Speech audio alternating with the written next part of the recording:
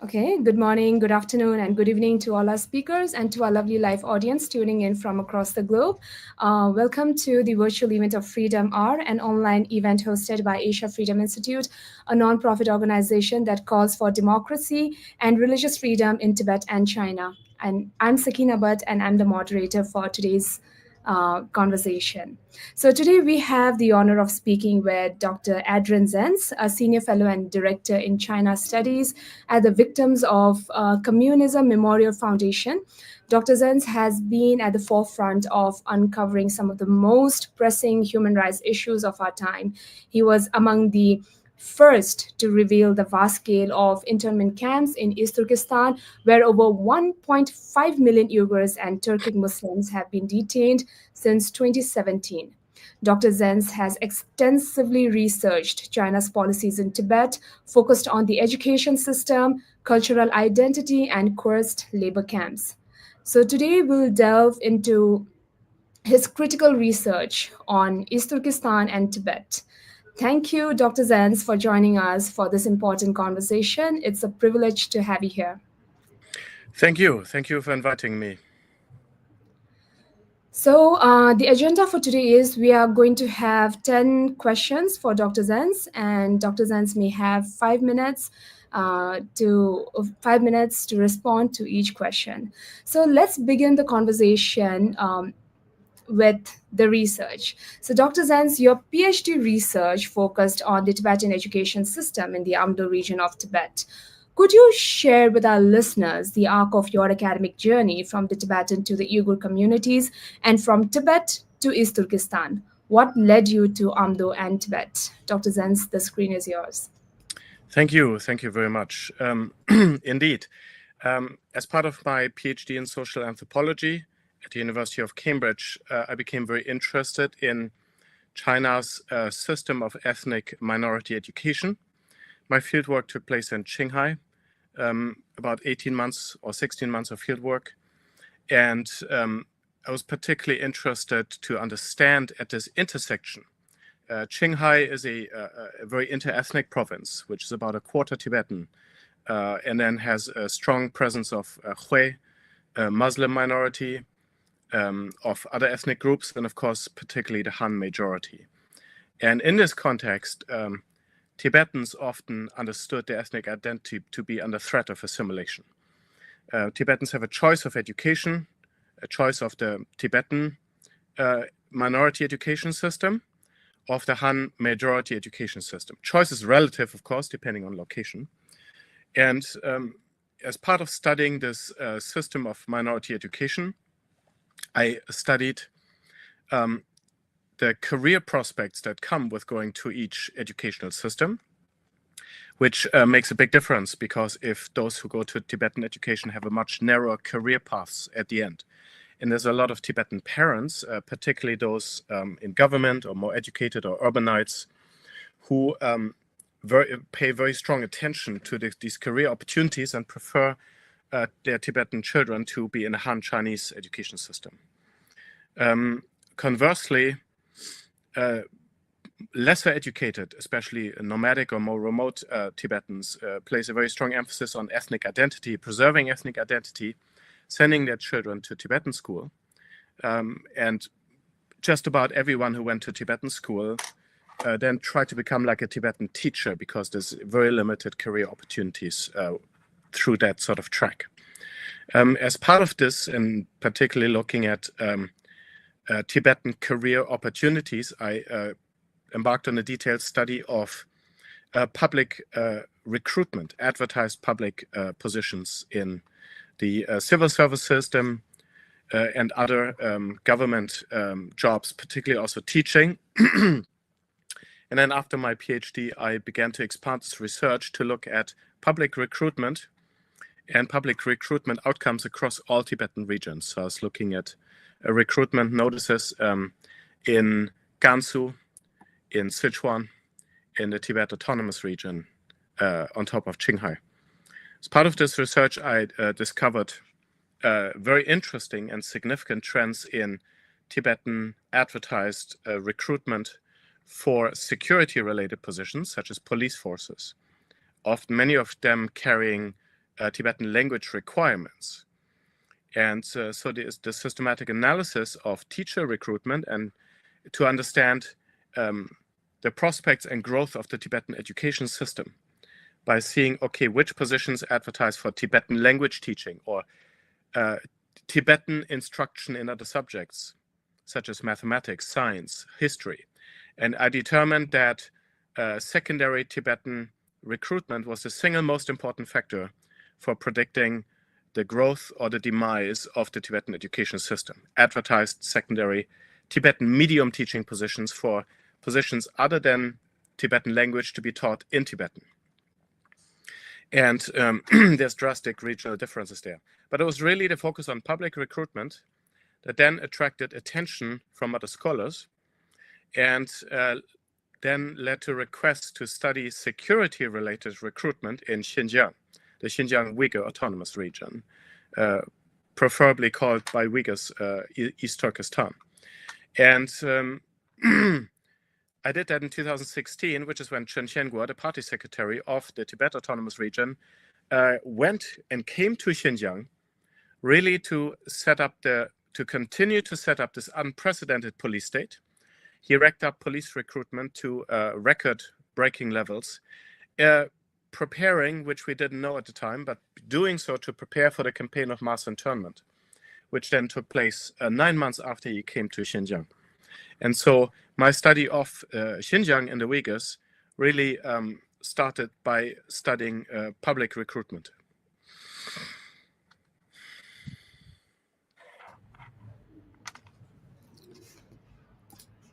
Thank you so much, Dr. Zenz, for letting us know about how you started off with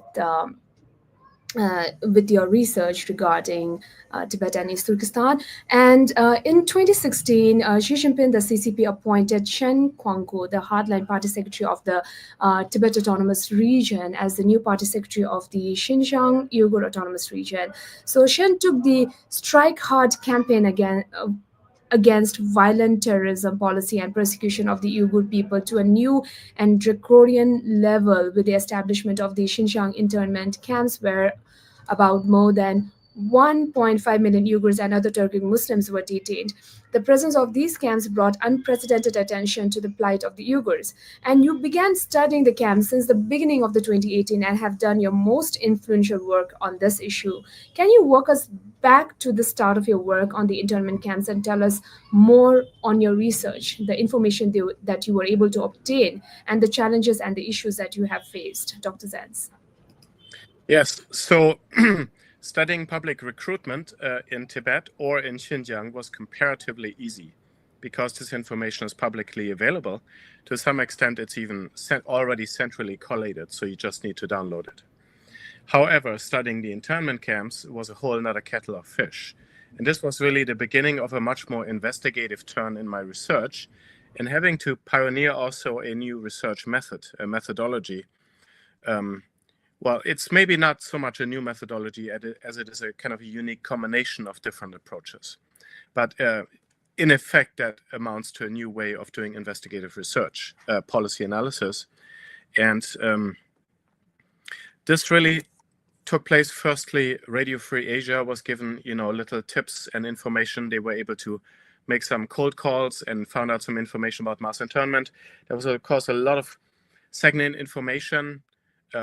Uyghurs in exile suddenly lost contact to family members, and there was this rumor and this kind of undercurrent that people were disappearing in large numbers. They were being disappeared in large numbers.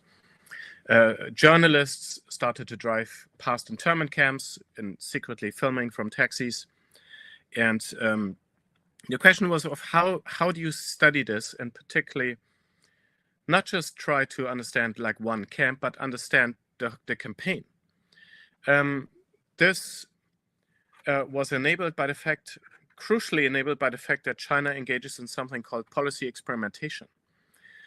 Policy experimentation was developed under Mao Zedong, by which the Chinese first try different approaches to achieve the overall policy goal, and then they select the one that they consider best. And at the time, between 2014 and 16, they were experimenting with different forms of re-education, with the policy. I documented this in detail in a report I published in January this year with the Journal of Contemporary China called Innovating Repression. And they did. They innovated repression. They used an innovative mechanism through experimentation to develop and determine that the most effective way of so-called de-radicalization was centralized re-education in secure facilities, meaning in camps. And this kind of evidence proved crucial to uncover what these facilities are, how they came about, how they are called. And that was challenging because in policy experimentation means they were doing different types of things. These facilities were called by several different names. The terminology for them, in the end, the euphemistic vocational skills education and training centers, was not unified until late 2017, which we know from the leaked China cables, Telegram. And then with the revision, one of the most important pieces of evidence was the so-called de-extremification regulation or ordinance published in March 2017 and revised in 2018.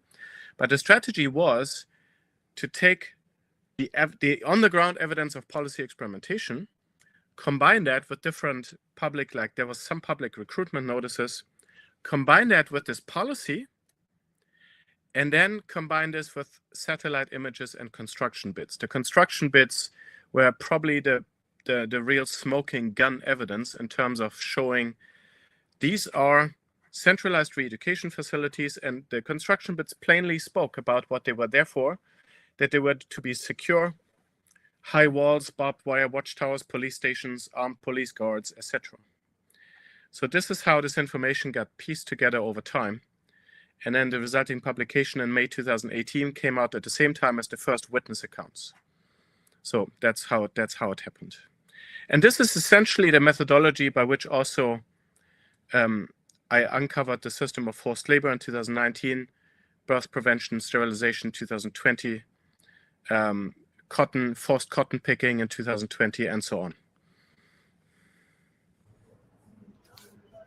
Thank you. Thank you, Dr. Zenz. And you've mentioned about the forced cotton picking and many more things, and we shall delve more into all these later. So you've also worked extensively with leaked Chinese documents such as the China cables and the Xinjiang Police Files. What insights do these documents reveal about China's long-term strategy towards minority communities like the Uyghurs and the Tibetans, and how do they inform our understanding of Beijing's broader ethnic and security policies? Additionally, given China's high level of surveillance, how do you obtain and verify your research materials, and can you detail the steps you take before you publish all your findings, Dr. Zenz? So the interesting thing is that these internal documents were never decisive in first uncovering a major aspect of the atrocity. The first step of uncovering this atrocity always took place through publicly available evidence, government statistics, government records, government recruitment notices, government construction bits, local propaganda accounts, and then a growing number of witness accounts corroborating, besides some remote sensing evidence. Therefore, by the time we got internal documents, we had a wealth of material, an existing understanding of the policy, and therefore it was, we had the context to authenticate these materials and corroborate them. The authentication of materials took place by examining their formatting, the signature, the institutional context, comparing this to publicly available documents, but also examining the language. What is the language used? These documents were never sensational. They're very dry and dull. If somebody had just found them on the street, they would not have understood the significance. The full significance of these documents is only understood by experts who are very familiar, because they didn't contain a lot of sensational material, but reading them closely, they contain stunningly important evidence. The important contribution of internal materials is that they often showed us the evolution and the the central role in the policy cycle. So in the policy cycle, you have kind of policy genesis and evolution. You have then the context, the contents of the policy. You have local implementation directives of how to implement these at the local level. And then at the final stage, you have the products or outcomes of policies, such as you have spreadsheets, for example, of detainees, or you have spreadsheets of people in forced labor. You have monitoring reports, evaluation reports, reporting back. These are the products or outcomes of policy implementation. We had those first. And from then, we had to make inferences about policy genesis and evolution.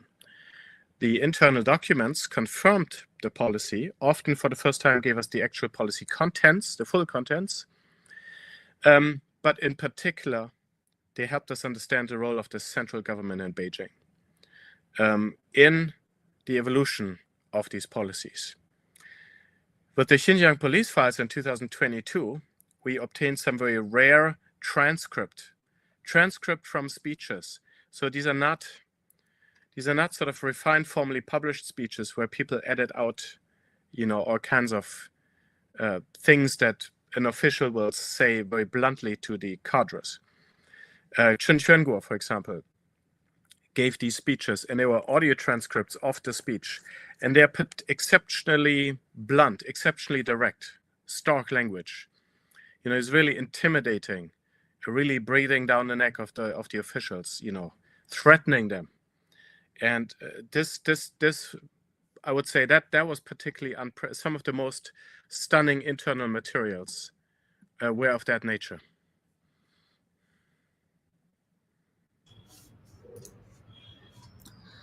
Thank you, Dr. Zenz. And you've also conducted extensive research on China's forced and coerced labor programs in both East Turkistan and Tibet.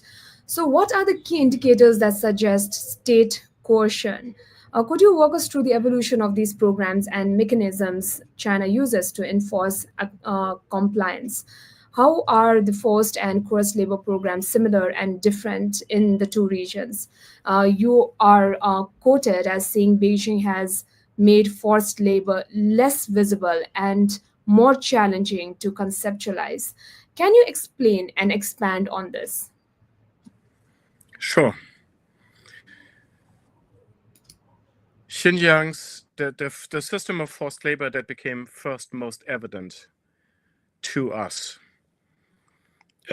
was linked to the camps. However, I've written an entire article called Innovating Penal Labor that shows that Xinjiang's camp-linked system of forced labor differs substantially from earlier forms of re-education through labor. Re-education through labor suffered from the fact that neither re-education nor labor performance were effective or efficient. There was a lot of complaints, and it was an very interesting debate among Chinese scholars about the inefficiencies of the system. We can see that Xinjiang's system is actually innovative in that they perform full-time re-education without labor in the camps, and then release people through like a camp-to-labor pipeline, release detainees into full-time forced labor without re-education, except as an intermediary step where they have some of both, but that's very time-limited. They are released into forced labor that is not connected to the camps necessarily. It is initially, but then it's not. And so forced labor can continue even after a camp is abolished. So it's a very innovative approach. This system basically ended with the end of the formal vocational skills education and training center policy. So it's not processing new victims. People are likely continue to be caught up in this system. The bigger and less obvious system of forced labor, which is entirely distinct from the camp-linked forced labor, is poverty elevation through labor transfer, and that's what you were referring to as more clandestine. Poverty elevation through labor transfer really has existed for many years, but it became particularly coercive and prominent kind of at the same time as the camps in 2017 under Chen Quanguo. The important thing is that poverty elevation to labor transfer not only continues, it has intensified. And it has been further intensified under the current Party Secretary Ma Xiangrui, a technocrat from Guangdong who took over from Chen Quanguo at the end of 2021. Now, this system, the coercive nature of this system has to be understood properly. And recently, the International Labour Organization updated its guidelines for the measurement of forced labor by adopting, some of my framing and quoting my work, acknowledging that this kind of state-imposed forced labor is most readily measured at the mobilization stage. So village-based work teams going from door to door, mobilizing people, and a lot of the coercive pressure happens at the time of mobilization, recruiting people. So it's about the first phase of the coercion is that there is a policy by which the state wants a certain population to work, whether they kind of want to or not. It's a political goal, even though there's economic exploitation, but it's very much primarily a political goal. And we see some similar system operating in Tibet, by the way. Contextual differences, but policy similarities. Also similarly with primarily political goals. And these mobilized people are then trained, centralized vocational skills training, which we see kind of in these at least semi-securitized facilities. Again, there's real pressure, there's security guards, there's officials making sure people go through the system. Then they're being transferred often in batches. And the transfer, again, often is securitized. There's often police guards, there's officials accompanying them, especially if they go on trains to other parts of Xinjiang. They go to other provinces to some extent. And then we have a retention mechanism. We have policy evidence that these people in the labor transfer cannot freely leave their jobs, but they need to secure permission from the authorities, from the factory management, from the local police, even to temporarily leave their work. And these work requirements have been intensified, and that's why we see labor transfer statistics. The numbers have increased simply because the policy has been intensified.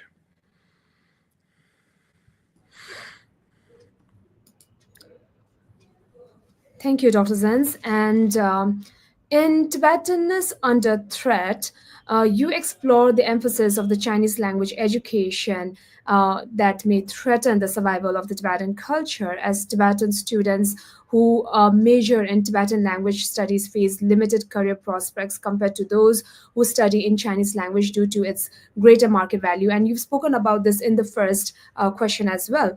So how do these educational policies impact Tibetan identity, and what do they reveal about Beijing's broader strategy towards Tibetan assimilation?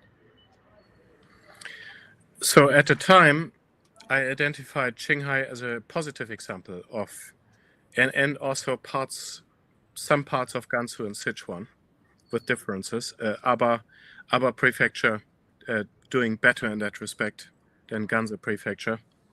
And both much better than the Tibet Autonomous Region, where we see a very, a real sort of suppression of Tibetan language education.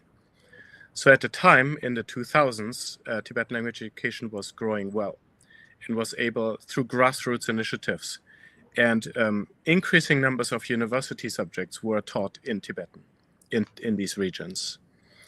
As a result, this was kind of a self-reinforcing positive spiral, but the chokehold, the big problem, was secondary teacher recruitment, and we saw that in some regions. There was a good advertisement of secondary Tibetan medium teaching positions, giving jobs to these graduates and perpetuating the system in a positive way. At the same time, in other regions, there was a real lack of such positions, kind of choking the system. These regional discrepancies show that in the Tibet Autonomous Region, because of the politicization, the political sensitivities, this was not possible. Tibetan secondary education was experimented with in the 90s, but was essentially abolished. And subsequent evidence that I have obtained, including one that has not yet been published, shows that there's a huge divergence that in the Tibet Autonomous Region, major efforts have taken place to assimilate Tibetans, to push down Tibetan language education. while in Shanghai things were going much better. Now, all of this research, you have to keep in mind, took place in the late 2000s. So now we are 15 years away from this. And in these 15 years, Xi Jinping came into power. We're seeing a gradual shift in ethnic policy. We see a tightening. We see a trend shifting away from preferential policies, for example, towards a more assimilatory policies, towards a strong promotion of the so-called Zhonghua Minzu, the Chinese nation by which all ethnic groups, including Tibetans, supposedly are part of the big Chinese nation. And as part of being the big Chinese nation, they are supposed to primarily espouse loyalty to the Han Chinese culture and language, to speak Chinese fluently, and to identify with the CCP-led and Han Chinese-dominated social order. And in the context of these developments, I believe we're seeing a significant tightening of ethnic policy, a significant tightening of the space for minority education. At the same time, it's become very difficult, it's become virtually impossible to conduct meaningful field work in Tibetan regions on these topics. And therefore, I believe that we have a lack of research on the current state of Tibetan minority education under Xi Jinping.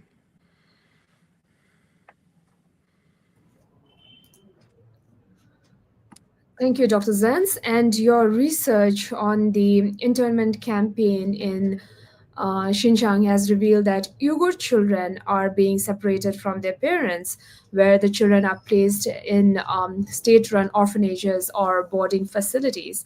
Similarly, a similar program of sending close to 1 million Tibetan children to state boarding schools is in operation in Tibet. So, what do you believe are the long-term impacts of these forced separation of Uyghur and Tibetan children? Additionally, what does this strategy play in Beijing's broader objectives? This is very important for Beijing because Beijing very much aims to control the young generation. They say, well, the older generation, they are still religious. They grew up with religion. They grew up with, old influences. They grew up with a lot of traditional culture, and that's considered superstitious or backwards, but also anti-CCP, incompatible. There's a lot of talk about these beliefs being superstitious, holding people back from economic development, but really it's about political loyalty. And so the boarding school campaigns are an essential tool of the Chinese Communist Party to indoctrinate and assimilate the young generation to fully, as a long-term strategy of social control and of coercive social re-engineering, really changing societies, really pushing out the role of religion completely, really reorienting the young generation to focus on material benefits and economic growth.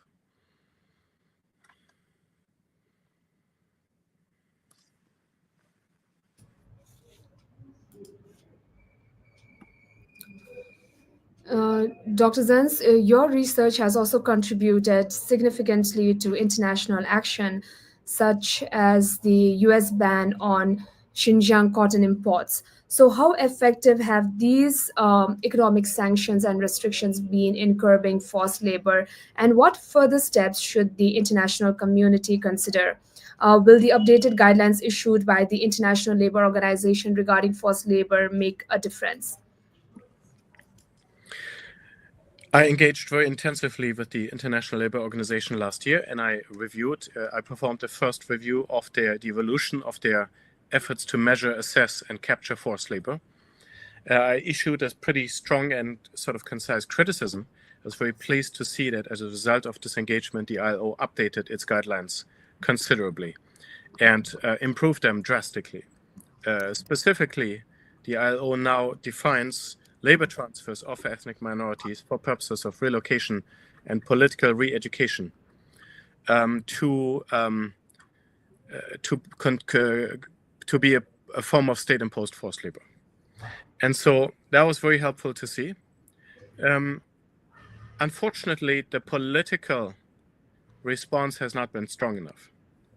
The only country that has enacted some very effective measures is the United States with the Uyghur Forced Labor Prevention Act, which came out of a congressional testimony given by myself and others in 2019. as we testify to the existence of systemic, endemic state-imposed forced labor. And as a result of this,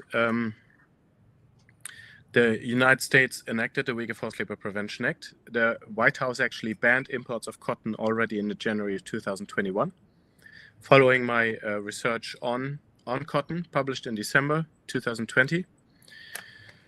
Now, other countries, many other countries are on the sidelines doing nothing about this. The Canadians, for example, only have a reporting requirement. That is far too weak.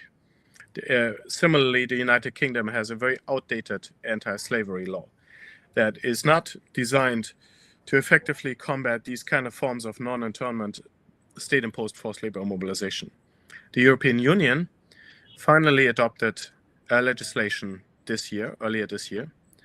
However, this legislation will not come into power until 3 years, and it suffers from two major weaknesses. The first one is that when there's a suspicion, goods are not being detained. They're not detained during the investigation, but they continue to flow. And only at the end of the investigation can they be turned back.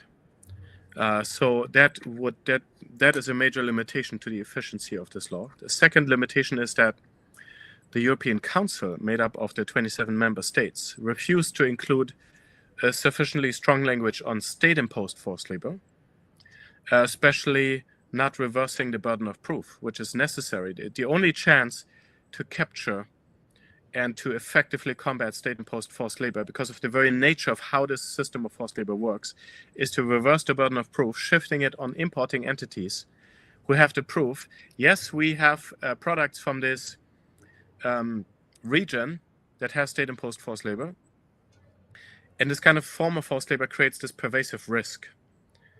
So the importer would need to prove, despite the fact that there's a pervasive risk in a system of state-imposed forced labor, we have made this in a factory that doesn't employ any Uyghurs or that doesn't do any forced labor. That's not part of this policy, which is near impossible, but conceivably, especially if there's only Han Chinese working there, then you could conceivably prove that. But the burden of proof would have to be shifted.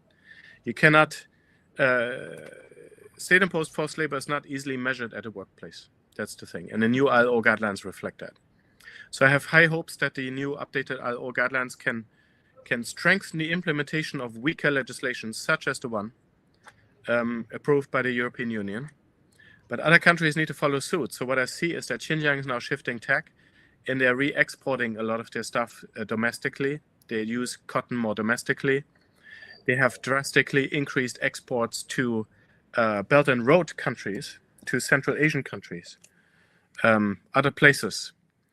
And that, I think, is a big problem, because these places do not have any legislation in place to combat forced labor.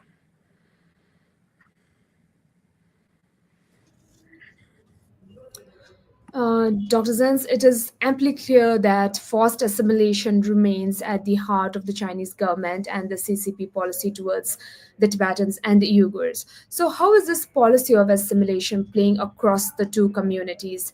Are there any subtle or tangible differences in how Beijing approaches and formulates policies vis-a-vis the two communities? Dr. Zenz.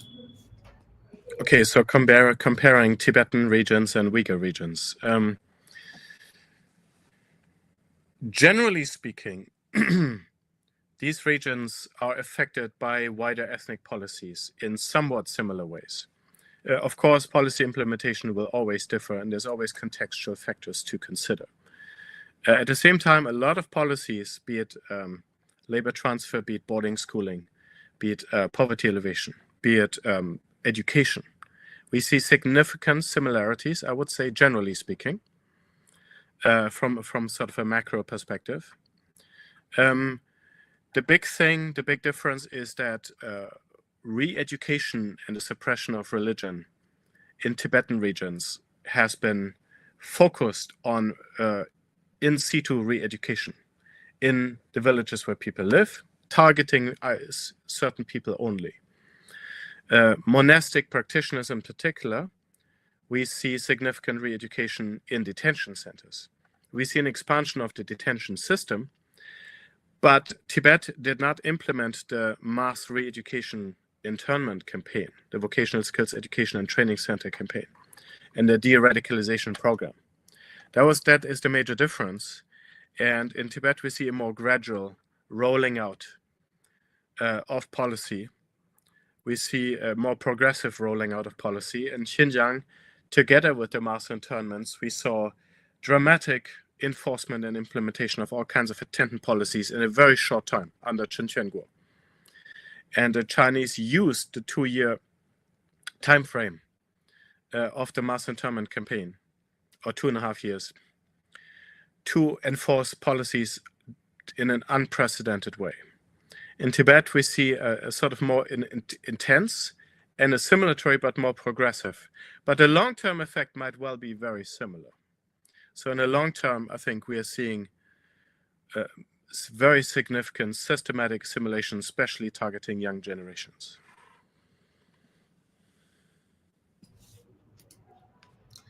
Dr. Zenz, your research has faced significant opposition from Chinese state media and officials, and also from supporters of China and Chinese government policies. So, what challenges have you encountered in investigating and reporting on these issues, and how do you navigate the risk associated with your work? Yeah, so one of the things is that a lot of my work uncovering evidence had to be published quickly, because this was urgent. It was time sensitive. We are trying to document an atrocity in real time. So there was not the time to do peer-reviewed academic publishing. So I published by think tanks, the Jamestown Foundation, for example.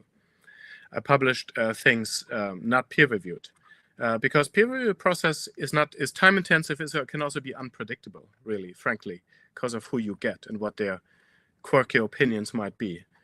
Even though it's mostly positive. And then, of course, the critics of this work said, oh, it's not academic peer-reviewed. Well, guess what? The academic process is not designed to uncover an atrocity in real time. So much of my efforts in the last 2 years have been to do precisely that, to catch up and to do slower peer-reviewed publication in the last 2 years. So that's been an important effort, and others have done the same.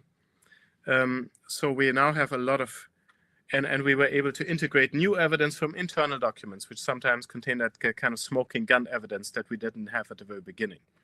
And some new pertinent witness testimony as well. So things are on a very strong basis, and that's the key thing. And everything we said, pretty much everything we said before, was confirmed. Now, the Chinese tried a real smear campaign against me, attacking my character, because they found it very difficult, if not impossible, to attack my work, because my work is based on their own documents, their own statistics. The smear campaign ultimately backfired against them. It just attracted more attention. Their own propaganda just drew more attention to the matter. And so they stopped, actually. To some extent, they stopped it. But then they picked it up again last year on forced labor, because forced labor is becoming a problem for them now. I, of course, had to take personal measures, because there's also a large left-wing groups worldwide who sympathize with these atrocities, with communist regimes, and who kind of attack people like myself who uncover what's going on, or they don't like the fact that I'm a Christian, and so they try to attack my religious faith, which of course is ironic, because guess why Tibetans and Uyghurs are being attacked? Well, because of their religious faith in so many ways, So it's really another form of discrimination and bigotry. But I did have to take personal security measures for myself and my family. Things got very intense, especially in 2020 and 21. And it's been very difficult, but it's been essential work, and it's been my privilege to be on the forefront of doing this work. Thank you, Dr. Zenz. And also, the Asia Freedom Institute views itself as a think action tank and believes in a less binary view of scholarship and advocacy, and supports translating research into practice to promote democracy, human rights, and freedom. So, what's your view on the intersection of academia and advocacy? Academic research can have multiple purposes, but one of the purposes must be to inform advocacy when there are situations that strongly call for advocacy. which they do in the case of Tibetans and Uyghurs. There's a strong need and purpose for advocacy because there's major rights violations. And as a result, some academic research can be philosophizing, abstract, or engage in its own debates. That's totally fine, and it's important. But the problem is that too often we see academic research that either is too abstract, too detached, or it's too historical, or it's too philosophical, or universities shy away, or scholars shy away from sensitive topics because they don't want to be banned by the government to go and do further field work. They want to preserve their field access, and so they compromise. Or research, there's the lack of methodology. One of the things that I see is that social science methodology has not been designed to be adapted to access restricted settings. And that is one of the major limitations. And as a result, we don't see timely research often. And so in many ways, it's also a methodological question. So I think academic research needs to adapt itself to do research in access restricted settings, to sometimes publish more quickly and then do peer review, and to do research that is of direct relevance to advocacy. So advocacy itself is important, but sometimes advocacy is unnuanced or uninformed. It's too all over, like, okay, it's bad, or there's all assimilation. But sometimes these claims made by advocacy groups are inaccurate. Sometimes they are wrong because there can be a built-in bias that everything a government does is bad, which is not always true. You know, of course, in China in the 2000s, for example, it was very mixed. You know, it was very, very mixed. Now under Xi Jinping, of course, we see predominantly negative policies towards ethnic minorities. But even then, you still need to do accurate policy analysis. You need to describe, so you have forced labor, but what does the system of forced labor look like? How does it work? Is there more than one system, and so on? So it's very essential for academic work. And I'm actually very happy that, for example, my institution, the Victims of Communism Memorial Foundation, we have education, we have some advocacy, and we have academic research, and we have government relations. And so to inform policymakers through scholarly research, to inform advocacies to appropriate scholarly research, but it also has to be understandable. You have to write in a way that people can understand, and that has been a major problem in academia, I feel. So academia's utility for activism, I think, has been hampered by methodological shortcomings, by internal shortcomings, by the way it expresses itself, and by its focus. Thank you so much, Dr. Zenz, for sharing your invaluable insights with us today. Your research has shed light on some of the most critical and often overlooked issues in East Turkistan and Tibet, highlighting the urgent need for global attention and action. So from uncovering the harsh realities of internment camps to exploring the policies of forced assimilation, your work continues to bridge the gap between academia and advocacy, inspiring others to engage with these pressing human rights challenges. And we deeply appreciate the depth of knowledge and dedication you've brought to this discussion. And on behalf of everyone, thank you for your time and commitment to justice and truth. And we hope this conversation sparks meaningful dialogue and action moving forward. Thank you so much, Dr. Zenz. And I would also like to tell our viewers that the video of the session will be uploaded on AFI's website. And please follow AFI's social media pages, X, Facebook, LinkedIn, Instagram, for more information on AFI's programs and activities. We are also available both on Apple Podcast and YouTube. Thank you, Dr. Zenz, for your time. And Thank you. Thank you indeed. Yeah. Thank you for your kind.